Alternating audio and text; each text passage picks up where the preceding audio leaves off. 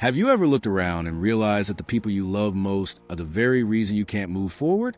Not because they're bad people, not because they hate you, but because they've made peace with a life you're desperately trying to escape from. The hardest truth I ever learned is this: you cannot grow tall in a garden where everyone else has decided to stay low. And the choice to leave that garden? It might be the loneliest decision you'll ever make.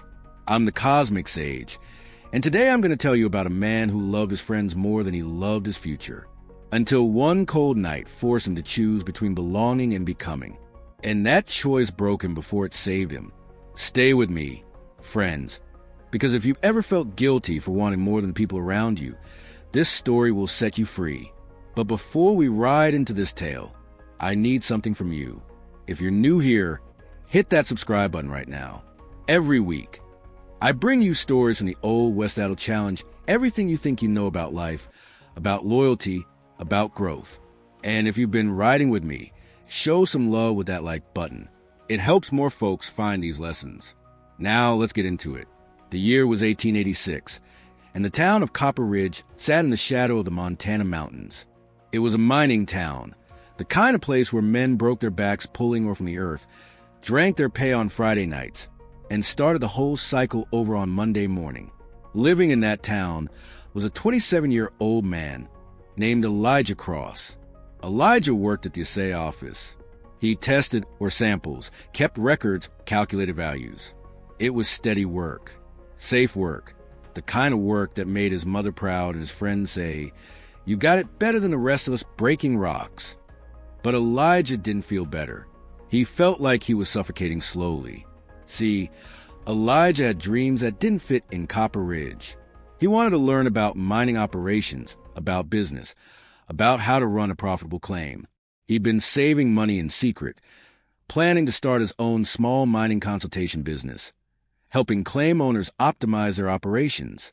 He read books by lamplight, technical manuals about geology, business journals from back east. He taught himself mathematics and surveying. But every time he mentioned his dreams, every time he talked about wanting more, the people closest to him looked at him like he'd lost his mind. Elijah had 4 friends. His brothers, really, the men he'd grown up with, the men who knew him before he learned to hide his ambitions. There was Thomas, his best friend since childhood, loyal as a dog, the kind of friend who'd help you in a fight without asking questions. But Thomas had given up years ago. He worked in the mine, came home to his shack, drank whiskey, and told himself he was content. This is just how life is. Eli, you're born, you work, you die, stop fighting it. There was Samuel, always complaining about the mine owners, about the town, about the government, about the weather. Everything was someone else's fault. Nothing was ever his responsibility to change. There was Jacob, who talked big dreams but never moved. I'm going to stake my own claim. I'm going to head to California. I'm going to save enough to buy a ranch. Year after year, same promises, zero action. And there was Daniel, the life of the group. Funny, charismatic, always buying round to the saloon, even though he was drowning in debt to half the town. Live today, worry about tomorrow when it comes. Elijah loved these men, really loved them. But every time he tried to talk about his plans, he felt them pulling away. When Elijah mentioned he was reading about mining operations, Thomas laughed. You trying to become one of them fancy experts? You're an assay clerk, Eli. Stay in your lane. When Elijah said he was saving money to start a consultation business, Samuel scoffed. Why? You've got steady work. That's more than most folks can say. Stop being greedy. When Elijah skipped Saturday night at the saloon to work on business plans, Daniel shook his head. Man, you're changing. You used to be fun. Now you're always working. And slowly, quietly, Elijah learned to dream smaller. He stopped bringing up his goals. Stopped talking about the books he read. Stopped believing he could be different. Because wanting more felt like betraying the people who loved him. Every Sunday night, lying in his narrow bed, Elijah felt a crushing weight on his chest. He would think, I'm 27 years old. In 3 years, I'll be 30. In 10 years, I'll be 37. And if nothing changes, I'll still be here. Still safe, still comfortable, still dying inside. But the thought of losing his friends terrified him more than the thought of wasting his life. What would you do, friends? Would you keep your dreams quiet to keep your friends close? Or would you risk losing everyone for a chance of becoming who you're meant to be? Then came Elijah's 28th birthday.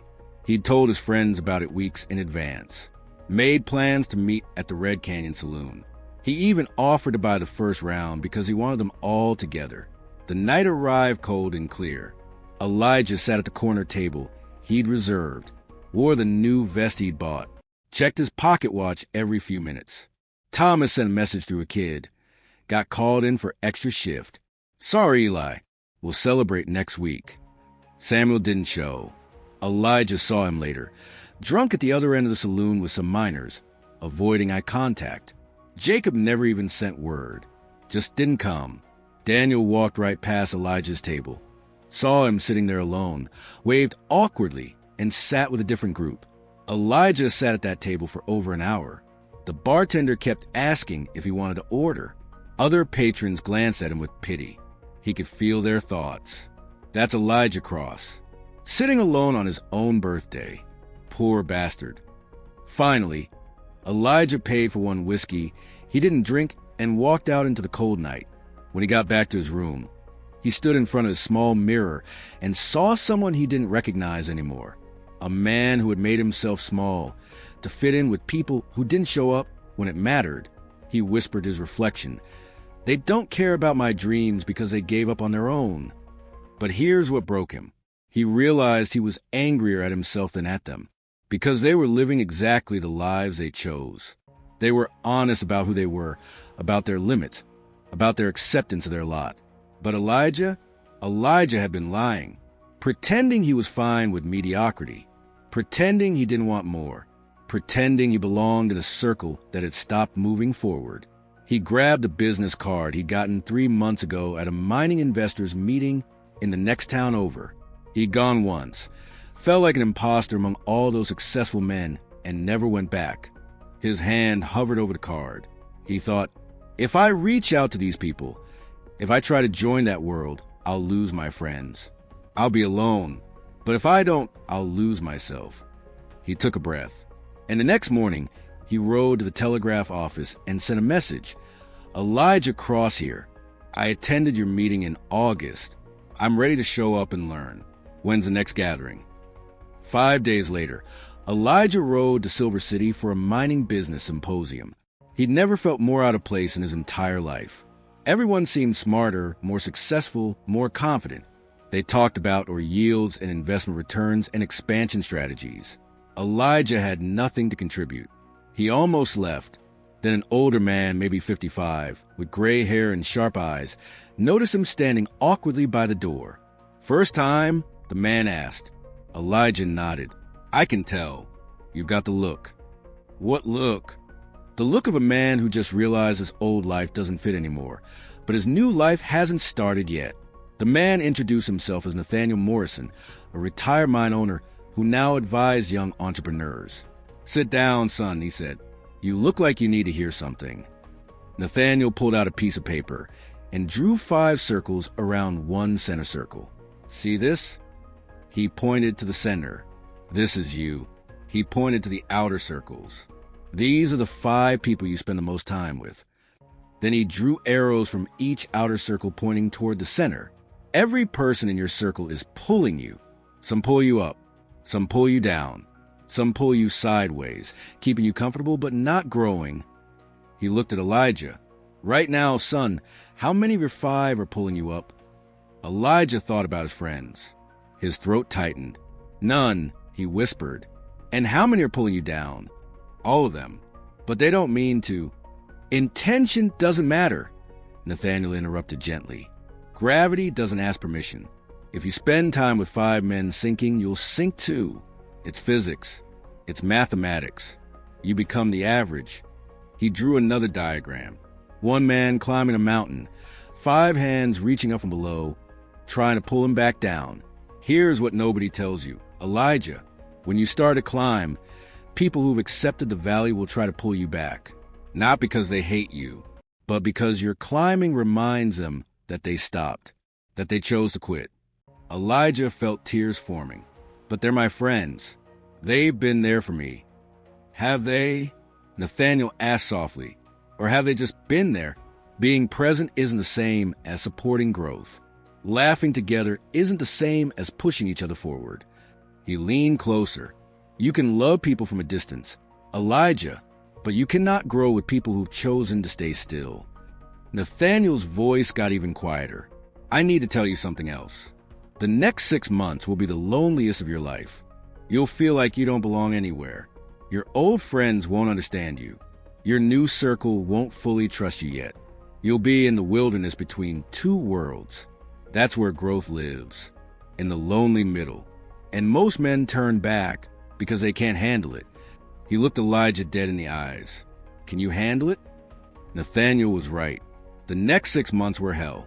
Elijah started attending monthly business meetings in Silver City, a 3-hour ride each way. He felt like a fraud every single time. People talk about their mining operations while Elijah was still just an essay clerk planning his first consultation client. He woke up at 4 a.m. to study before his shift. He was exhausted constantly. He saved money aggressively. No more Saturday nights at the saloon. No more card games. No more buying rounds for friends. It felt like punishment. The first month, his old friends kept inviting him out. When he said no, they joked, "Oh, Mr. Businessman is too good for us now." The second month, the invitation slowed down. The third month, they stopped completely. Thomas, his best friend since childhood, came to his door one night. "Eli, I don't know who you are anymore. You've changed, and not in a good way. Let me know when you're ready to be yourself again." Elijah stared his friends back as he walked away. He almost ran after him, almost said, "You're right. I'm sorry. I'll come to the saloon Saturday." But then he remembered. Thomas didn't show up to his birthday. None of them did. They loved the version of Elijah who stayed small, who asked for nothing, who accepted his place. But they didn't love the real Elijah, the one who wanted more, who dreamed bigger, who refused to settle. He let Thomas walk away into the darkness. That night, Elijah cried for the first time since he was a boy. Weeks passed. Elijah worked alone, ate alone, spent Sundays in the assay office, studying while his old friends drank at the saloon across the street. Some nights, he wanted to give up, to walk across that street and say, "You were right. I was being foolish." But then, 3 months in, something shifted. A man from the business group, Robert Chun, who owned 3 productive claims, approached him after a meeting. "Elijah, I've noticed you showing up consistently. Most men quit after 2 meetings. Want to talk business? I'd like to hear what you're learning." That conversation turned into a consultation opportunity, then a client referral, then a partnership on a small claim. Slowly, Elijah's new circle formed. Robert introduced him to William, who was building a stamp mill. William introduced him to Catherine, a widow who'd inherited her husband's mine and needed help running it. Catherine introduced him to others. These people didn't just drink and complain. They challenged each other, shared opportunities, held each other accountable. 6 months after his lonely birthday, Elijah landed his first paid consultation. A claim owner paid him $20 to analyze his operation and suggest improvements. 8 months in, he was making more from consulting than from his assay clerk job. 10 months in, he quit the assay office. His new friends celebrated with him, not at a saloon, at Robert's office, planning next steps, talking strategy. His old friends? He saw them sometimes. Same corner of the same saloon, same conversations, same complaint about life. And Elijah felt not anger, not superiority, just clarity. They had chosen their path. He had chosen his. And for the first time in years, he was okay being alone rather than being small. 1 year after that lonely birthday, Elijah ran into Thomas at the general store. The conversation was polite, surface level. Thomas asked, "So you actually did it? Started your consulting business?" Elijah nodded. "Yeah." "You happy?" Elijah paused. "I'm becoming who I'm supposed to be. It's lonely sometimes, but it's mine. Thomas looked down. I think about what you said sometimes, about wanting more, but it's scary, you know? I know, Elijah said softly. That's why most men never start. They shook hands, said they'd catch up soon. They both knew they wouldn't. Now, friends, listen to me carefully. You are the average of the 5 people you spend the most time with, not because of some mystical magic, but because humans are social mirrors. We adapt to our environment. We become who we surround ourselves with. If your 5 closest people are complainers, you will learn to complain. If your 5 closest people have given up on their dreams, you will give up on yours. If your 5 closest people are comfortable with mediocrity, you will accept mediocrity, not because you're weak, but because belonging is a human need. And we will make ourselves small to keep belonging. Changing your circle is one of the hardest things you'll ever do. It feels like betrayal. It feels selfish. It feels wrong. You'll lose people you love. You'll be lonely. You'll doubt yourself. But here's the truth they don't tell you. The loneliness of growing is temporary. The regret of staying small is permanent. So look at your 5 closest people right now, not with judgment, but with honesty. Are they where you want to be in 5 years? Do they challenge you or just comfort you? Do they celebrate your growth or resent your ambition? Do they show up when it matters or just when it's convenient?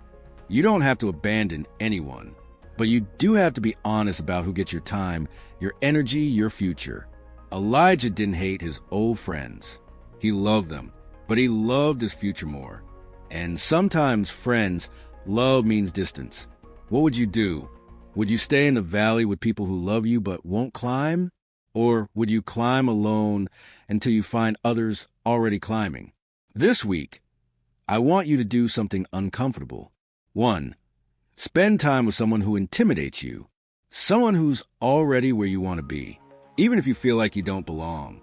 Show up anyway. 2. Join one group where you're the least successful person in the room. That discomfort, that's where growth lives. 3. Say no to one invitation that keeps you comfortable but doesn't move you forward. And if you feel guilty, good. That guilt means you're breaking free from a circle that needs you to stay small. Before you go, I need something from you. If this story touched something in you, if it reminded you of a choice you've been avoiding, share it with someone who's brave enough to hear it. Drop a comment below. Tell me, what's one relationship you need to be honest about? Who in your circle is pulling you down instead of up? Let's build a community of people who choose growth over comfort, who choose their future over their past, who understand that sometimes the loneliest path is the only path forward. And if you haven't subscribed, hit that button right now. Every week, the Cosmic Sage brings you stories that'll challenge everything you think you know about loyalty, about growth, about becoming who you're meant to be. Hit that like button. Share this with someone who needs permission to choose themselves. This is a Cosmic Sage, reminding you that you can love people from a distance, but you can only grow with people moving in the same direction. Your next level is lonely, friends, but it's worth it. Until next time, choose your future over your comfort. Choose growth over belonging. Choose becoming over fitting in. The valley is safe, but the mountain is where you belong.